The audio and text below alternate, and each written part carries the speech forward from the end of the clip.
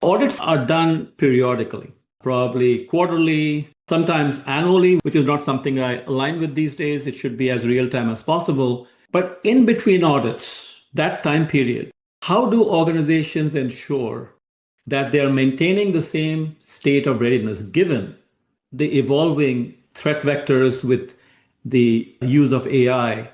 Everything is moving at such a fast pace. If the goal for GRC platforms is to achieve compliance, but a compliance at a certain point in time, but not on a continuous basis, that leaves a gap, doesn't it? A huge gap. And thank you for case in point, making the point I was making earlier, which is why the goal of our platform, at least, is not passing audits. Again, compliance with a why. What is the why? The why is to reduce risks. You cannot achieve risk reduction with point in time, not only point in time, but point in time samples. Because don't forget that when we're doing audits, it's not even like you're doing a complete assessment at that point in time. You are doing a fraction of the assessment that you technically should be doing to see visibility across your organization.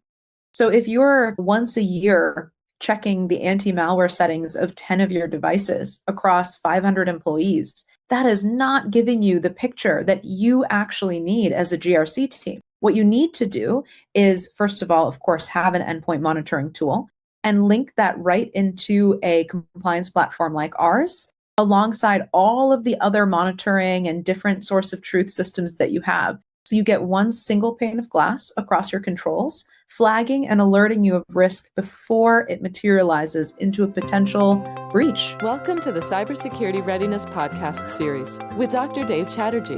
Dr. Chatterjee is the author of the book Cybersecurity Readiness, a holistic and high-performance approach, a Sage publication. He has been studying cybersecurity for over a decade, authored and edited scholarly papers, delivered talks, conducted webinars and workshops, consulted with companies, and served on a cybersecurity SWAT team with chief information security officers. His work on proactive cybersecurity has been featured on USA Today. Dr. Chatterjee has been a tenured professor at the Terry College of Business at the University of Georgia. As a Duke University visiting scholar, Dr. Chatterjee teaches in the cybersecurity programs at the Pratt School of Engineering. Hello, everyone. Welcome to the Cybersecurity Readiness Podcast Series. I'm your host, Dave Chatterjee. Before we meet today's guest, I'd like to set the stage with a story. In May of 2025, Marks and Spencer, one of United Kingdom's most iconic retailers, was hit by a cyber attack that brought its online operations to a halt for weeks. Customers couldn't place orders, gift cards stopped working. The company was forced to pause new hire onboarding. Estimated losses climbed past £300 million. The attacker's entry point? A contractor, a third party with legitimate access whose credentials were socially engineered. That opened a door that no dashboard had flagged as a risk. The organization was, by most formal measures, compliant. However, this happened.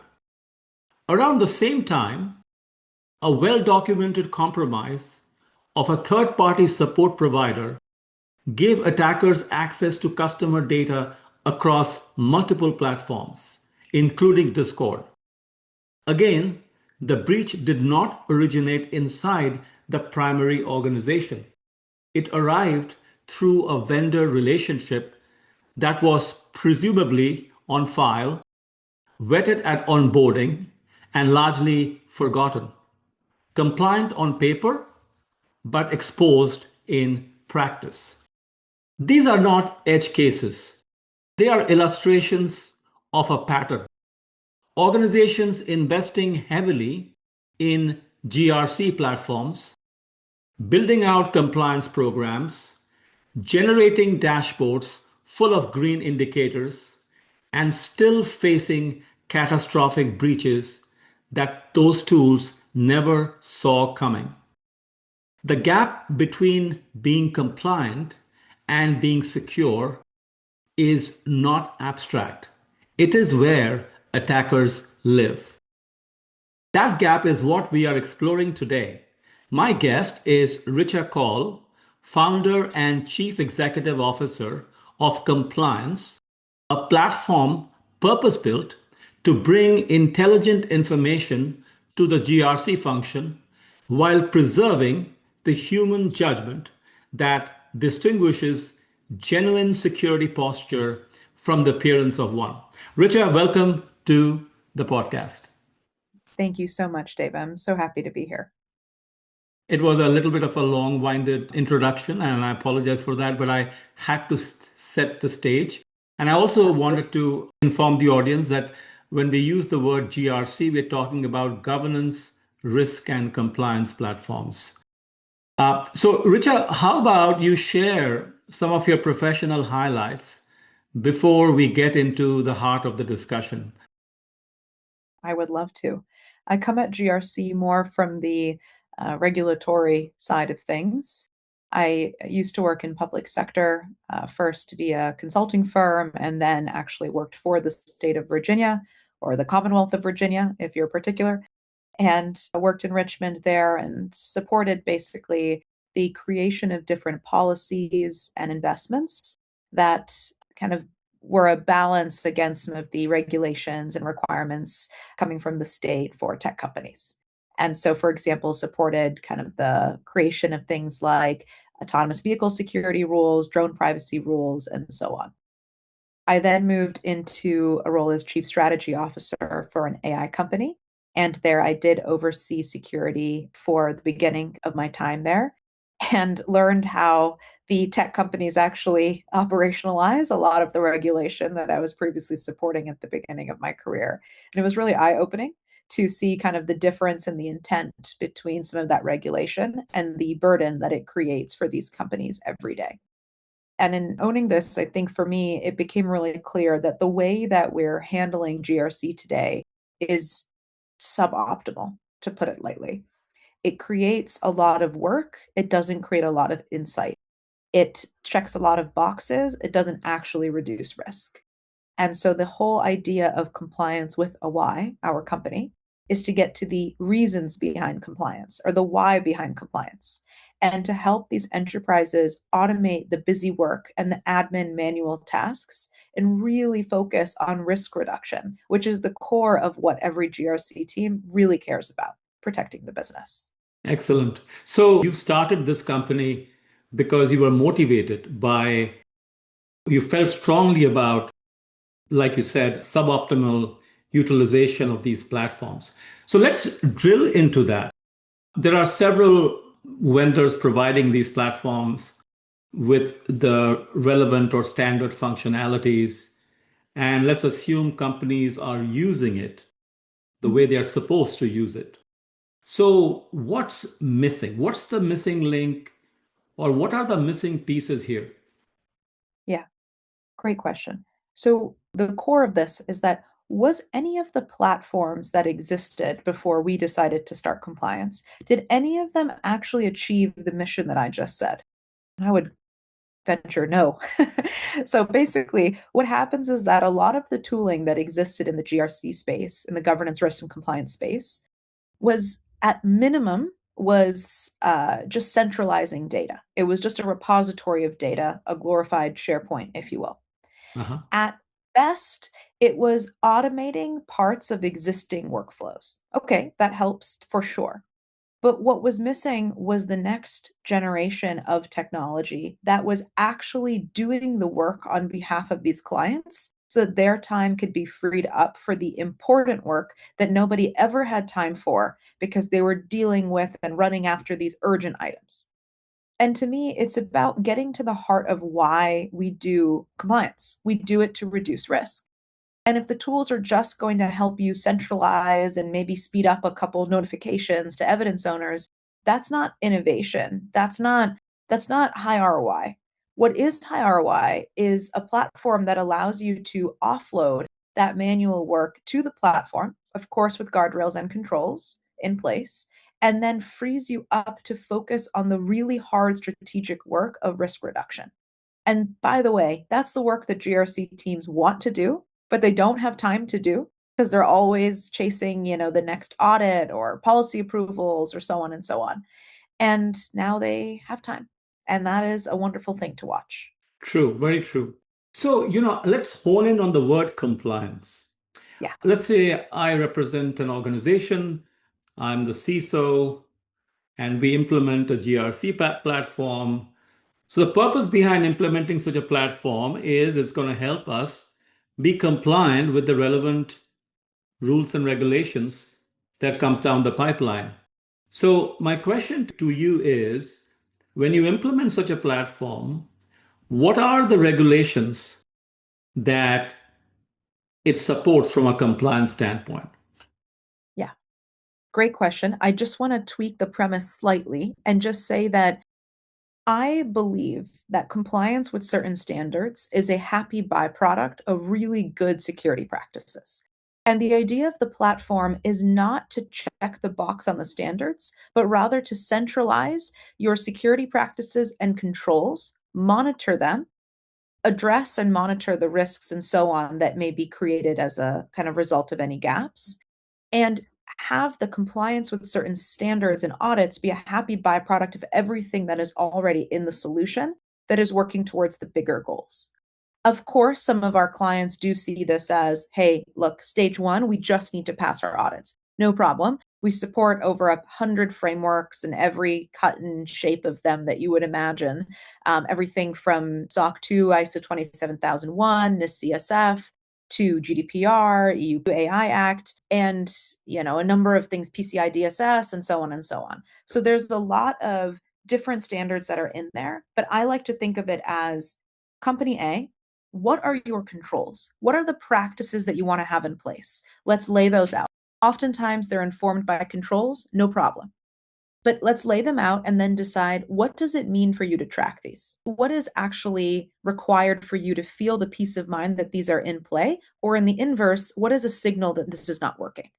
And that's where we start. Okay, so that's great. Now you mentioned several regulations. And again, I'm thinking about it from the standpoint of, and you mentioned about audits, different types of audits, security audits, and so on and so forth.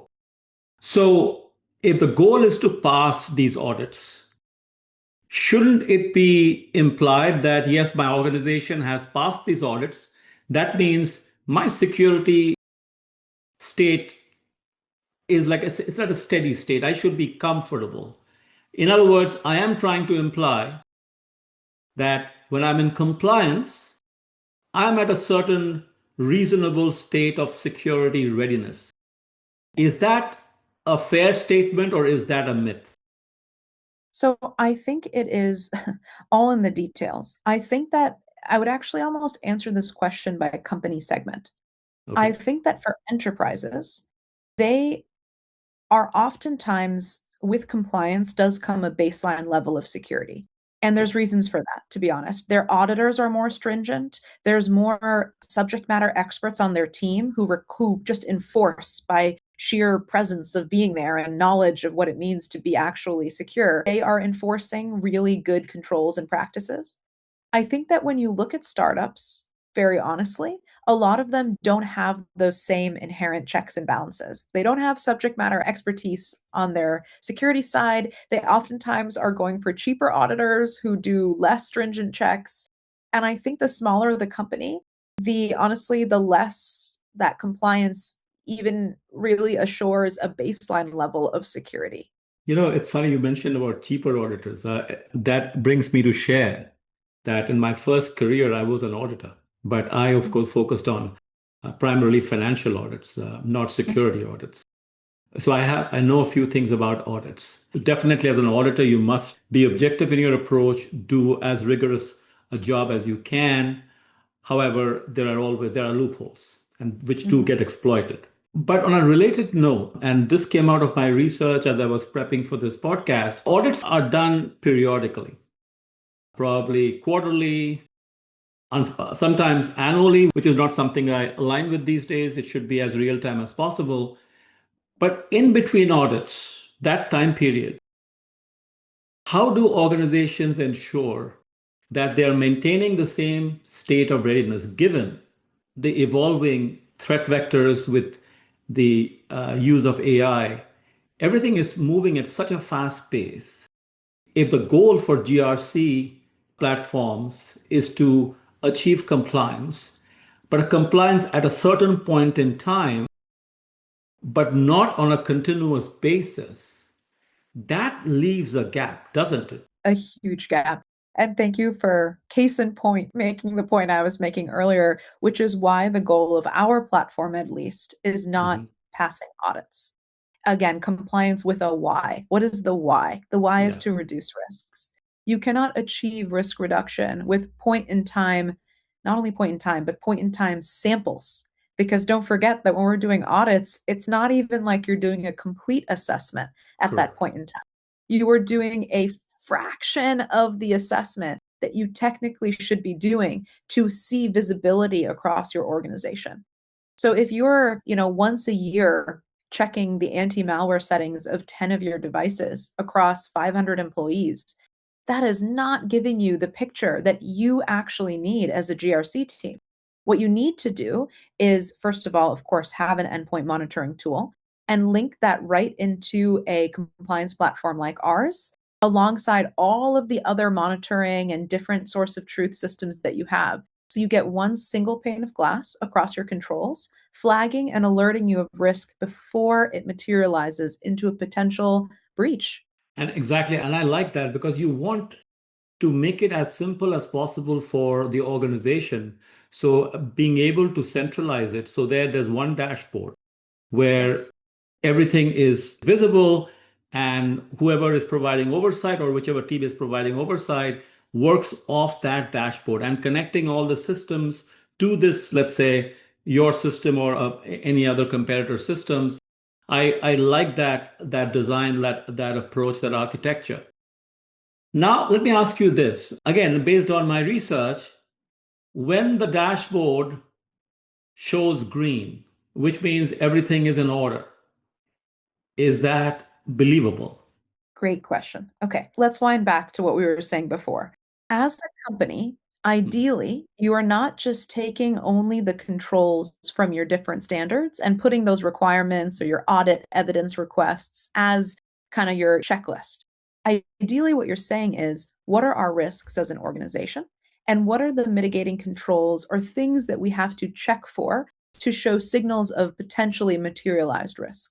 Right? That is the real starting point. That's the real starting point. And if that means that you do that initially by, starting with your controls, so be it. At least it's a point.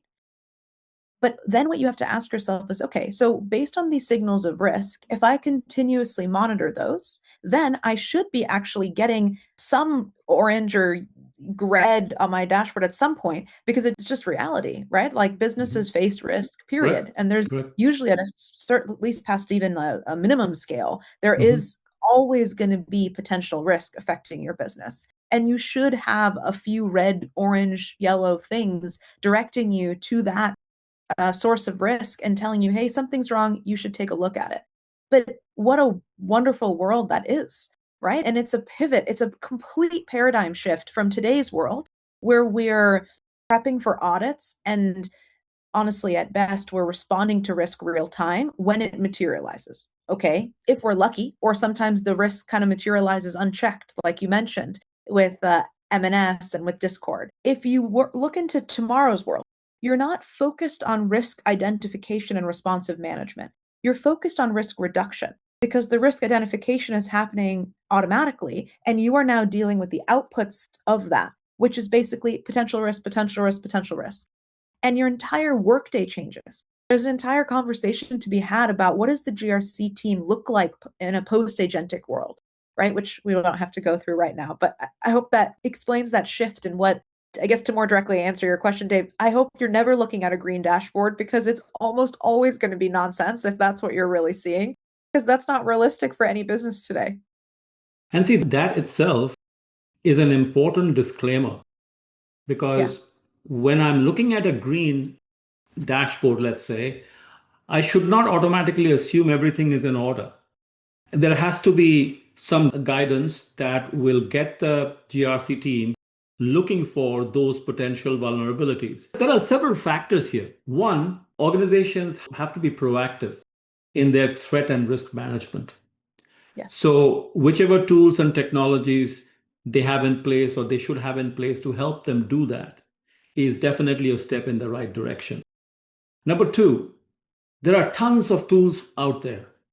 It's a challenge for many organizations to figure out what combination of tools should they have in place that's going to enable them to do better security management, better security governance. So I'm trying to picture, where does GRC fit in the bigger framework of security governance? Is it fair to assume that if you did GRC well, you would do security governance well? Or are there any missing pieces? For instance, using the risk label, how good are these GRC platforms in identifying the risks associated with humans falling victims to, say, phishing attacks? How good are these GRC platforms?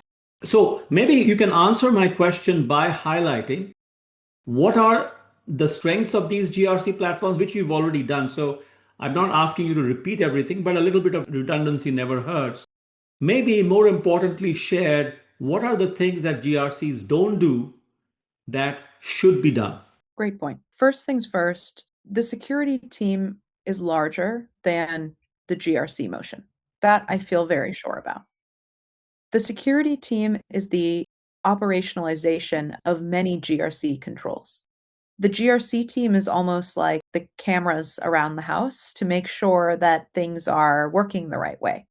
The security team also is in charge of the locks on the door. They're in charge of making sure that there's like a safe walkway leading up to the house. All of those things are the operationalization of security.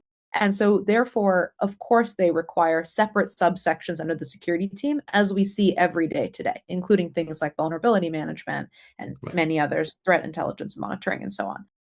What the GRC team does, though, if done well, is that it has line of sight across the entire risk profile of the business. And it won't, like, just to give an example based on the vulnerability management one I just gave, in a perfect world of GRC, you have one, if not at least 5 to 7 vulnerability management controls that are checking different things.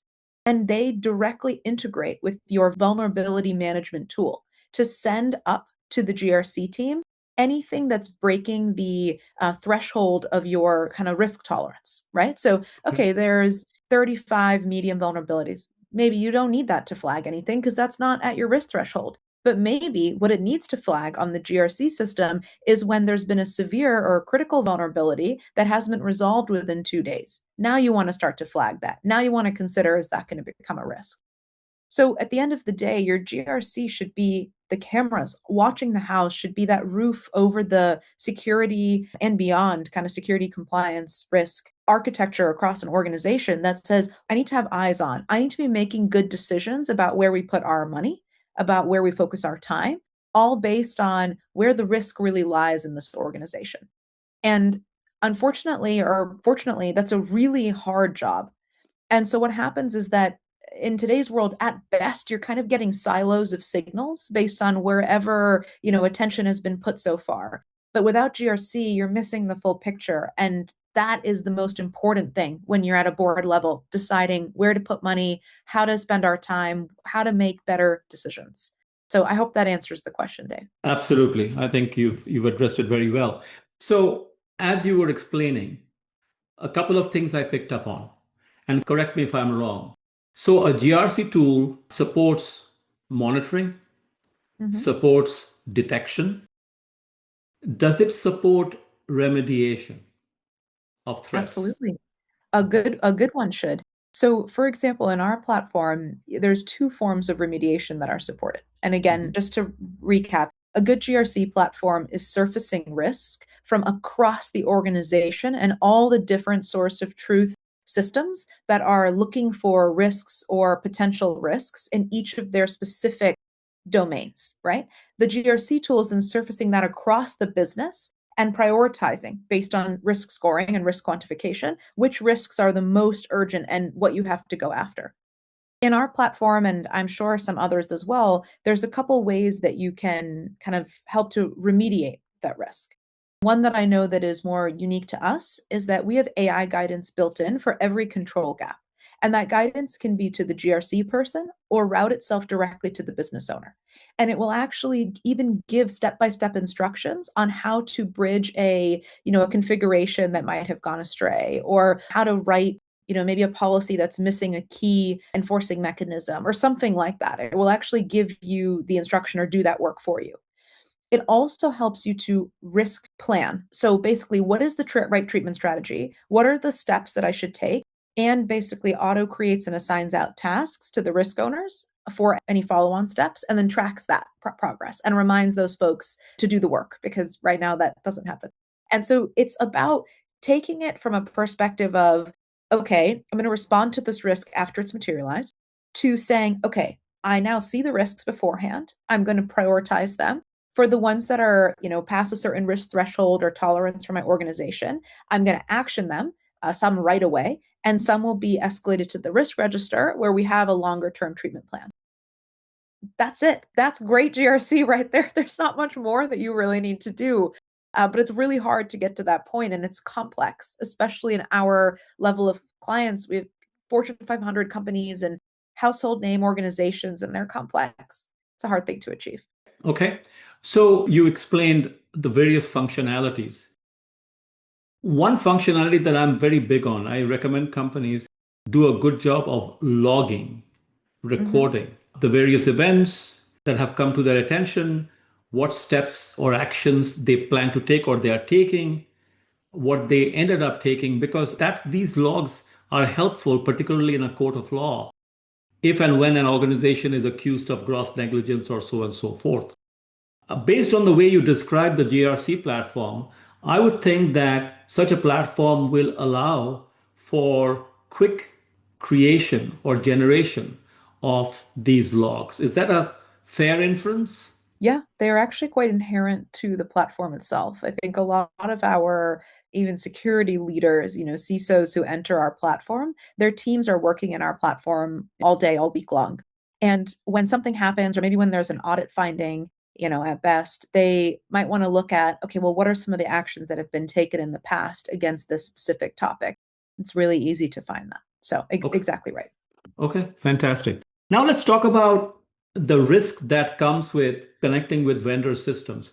When I introduced this episode and I talked about the two incidents, and for both the two incidents, the malware came from vendor systems, which is a very common way for the vulnerability to be exploited. What role does GRC play in reducing vendor risks? My goodness, it is such a critical part of GRC. When I think about risk today for an organization, I basically see three sources where that risk information can come from. The first source is from your control gaps, which is exactly what we've defined. What are the things you want to have in place? How do you monitor them or pick up signals that there's risk? That's one source of potential risk. The second is your third parties, and we're going to go into that in a second. And the third one is actually risks raised from the business, which requires an immense amount of training, which is now becoming easier with our new AI agents. But again, we'll hit that at the end. So these are the three basically signals for risk that you need to have true risk visibility across the org. Of these three, the hardest one is third-party risk. And that's because there's so much that you don't know. It's not within your full control, and there's a lot of trust that's involved.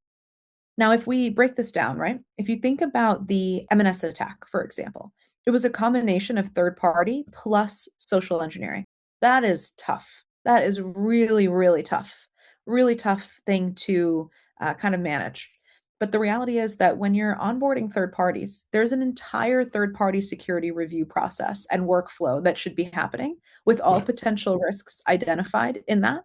And then, of course, all of those need to be addressed and closed out as and how possible based on the criticality of the vendor.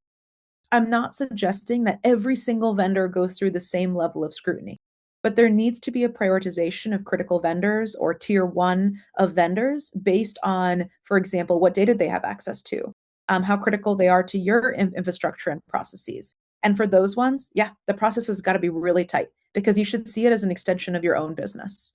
And I think that's where a lot of the gaps happen. Absolutely. I couldn't agree with you more. Vendor management, assessing the security posture of vendors is a hugely important aspect of the vendor selection process. And you have to continuously evaluate. There has to be an oversight team or an individual who's constantly in touch to make sure that the vendor systems maintain the same level of security as the client organization, or else you have to revisit the agreement and have a serious discussion. So, in this whole vendor management space, let's assume the client organization is big enough, has resources enough to afford a GRC platform, and they have one in place. But the vendor organization doesn't have one. Is that a big deal? Depends on the criticality of the vendor. I would say in almost all cases, it is a big deal. Of course, if this is a tier 4 vendor with access to only public information, then okay, whatever, it doesn't matter so much. But the second that vendor crosses the threshold into having either your customer's PII, your employee's PII, or any sort of sensitive information about your company, then it starts to matter. And what really matters is when they're sub-processors of customer data. So I will say, Dave, when I talk about third-party risk with clients, sometimes it feels daunting. And even as I hear myself talk about it sometimes, I feel like, oh, I'm setting up someone to feel like this is overwhelming. And I don't want to do that. And what I really want to do is say, look, even at our biggest clients, Fortune 500 companies, they have been able to draw a clear line around their critical vendors, their tier 1 vendors, the ones that really, really matter. And for those ones, they trace back what is every point of data that we have with them? What is every potential interaction point that somebody could exploit? And they close those. Because in reality, it's the tier 1 vendors that really matter the most. Once you have that done, then you can move to tier 2, then to tier 3. Then I don't think you actually need to do tier 4 if it's only public information. So it starts to make it a little bit more bite-sized and manageable. And you use AI to help you. I mean, honestly, really, that's the only way we've been able to do it, even us internally. You have to use AI to send those questionnaires, review those folks' answers, review their evidence. Otherwise, you don't have time to monitor all of your vendors. Use AI to do vendor monitoring. All of the tooling is available in our platform, but moreover, it's just what is required at this moment. Excellent, excellent. So another question I have to ask you before and we still have time. I'm not rushing to close this episode. And the question is, and I use it a lot in my talks and in my writings, that we have to go past, checking the box kind of a mindset. We means the organizations. Organizations must be more substantive in their approach to security, governance, security control. For instance, let's say there is a requirement that there should be regular workshops, training workshops for increasing the level of awareness amongst the organizational members in terms of the do's and don'ts as far as security controls go. That's a basic standard, let's say. And almost all organizations that I know of achieve it by having programs in place where their organizational members have to go and access a portal, listen and watch stuff, and then they answer questions, and they have to sign off saying that they have completed the program. So that's one level. However, a more advanced and a more effective form of governance or awareness, security awareness, is when it is customized, when it's contextualized, when it's immersive, and when there are mechanisms to assess how the level of knowledge has improved or how these programs have become more effective. I don't see much of that because that's a bigger ask, that's a bigger investment. Though it's substantive, but often organizations shy away from that. Why bother if we are able to check the box and get our certification or whatever the goals are?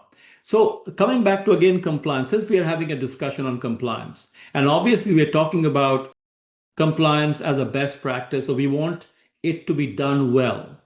So would you agree or disagree with this natural inclination to somehow check the box as opposed to doing it very well? So where am I going with this? I feel that a really good GRC platform will not allow an organization to simply check the box. That platform will ensure, or it'll raise red flags if the organization is not either implementing or enforcing the security controls well. Your thoughts, your reactions. Yeah. The difference between bare minimum meeting the box and actually being secure is the difference between treating compliance with audits as the end all be all and actually thinking of passing audits as the happy byproduct of good security practices. I just am going back to what I said at the beginning because I really believe that this is exactly the point. Yeah. I mean, employee training one is a great one. Most of these standards require annual training that can be a PowerPoint deck or a click through upon hire in your HR Yep. platform. Who is that helping? There's so many more potential attack vectors on employees than we give these folks credit for fighting every day. And I think that it's about saying, what are the risks to your organization? What's the quantification of this risk? And how much do you care? And what I will say is that the smaller companies, I'm going back to segments, the smaller companies have a higher risk tolerance, right? Because they have other things on their minds. And bigger companies have a lower risk tolerance. And therein, I think, lies the actions that you take to go above and beyond checking the box. And should the GRC platform help with that? Absolutely. Should it force them into it? I think that's an interesting question. I think the reality is that a GRC platform should have the tools to allow you to go far beyond checking the box. It should offer you the tools to monitor compliance and risk exactly custom to your organization as you see it, and not as a factory cookie cutter approach to passing SOC 2. And that has been my firm belief and the way that our platform has been built. Thank you for saying that. And that also aligns with the framework that I use to advise organizations. It's called the CPD framework, Commitment, Preparedness, and Discipline Framework. As I'm listening to you, I literally can hear these three pillars of security governance come alive. Like commitment, when we're talking about commitment, we're talking about leadership, ownership, and accountability. So even in the context of GRC management, there has to be somebody who takes ownership of the effectiveness of this platform, making sure that it is being used as appropriately, as effectively as possible, and more. And then when it comes to preparedness, that refers to the operational capability to enable organizations identify, assess, and respond to the different types of risks and threats. And this is where, once again, you have to hold the GRC platform. I don't know if accountable is the right word, but maybe use this as a benchmark to assess the effectiveness of the platform. And then finally, discipline is about sustenance. It's about systematic execution that is embedded in the organizational processes. It's institutionalized within the organizational processes. So these three pillars of commitment, preparedness, and discipline, they are critical. Whether we are talking about vulnerability management, whether we are talking about identity and access management, whether we are talking about vendor risk management, or in a bigger way, if we are talking about GRC management. So I really, really think this episode has gone a long way to dispel some of the myths that GRC is not just about passing an audit or somehow getting through with compliance. It is much more than that. My final question to you is, as an organization, when I'm trying to make a selection of a GRC platform, what should be the evaluation criteria? How should I go about evaluating the offerings out there? The first thing that most folks overlook is that it has to be a configurable platform. If it's not configurable, what's going to happen is that you're going to be shoehorned into the processes, the fields, the restrictions that are set by the platform's capabilities and metadata itself. And that doesn't work for a world in which you need to be managing compliance and security tailored to your organization. So that's number one. Number two is actually around agentic AI. Right now, what's happening is a shift in how people think about GRC. We're just at the beginning, but I can see, partly because I feel like I'm helping to create that next reality of what GRC is going to be. And it requires AI agents to do that manual work to free up the GRC team to actually take on the strategic risk reduction work that needs to happen. And third, what is really overlooked, I feel, oftentimes is the implementation partnership. I think software is only as good as its implementation. And a lot of times people overlook that in the process in favor of whether it be price or name brand or something else. Mm-hmm. And again, it's that partnership that actually brings the product to life for your org. And it's the change management that makes sure that people actually use it. And without that, it falls. And so I think for me, those are the top three things I would look for if I was out there buying a GRC platform today. Well, thank you so much, Richa. This has been such a pleasure. So insightful. We'll close out the episode, but once again, I'll turn it back to you. Any final takeaways, any final messages for the audience? I guess this conversation has been so lovely, Dave, in part because I've had the chance to talk about the philosophy that connects my true beliefs about GRC and security with what we're building. I sometimes think that in these philosophical discussions, we paint a picture of an ideal state. And I think that it is not only daunting, but can sometimes feel unrealistic. And I want to just check us before we close out today and say that don't let perfect be the enemy of done. Progress is still progress. And working towards a state of true automation and risk visibility brings you so much closer to those things than not doing it.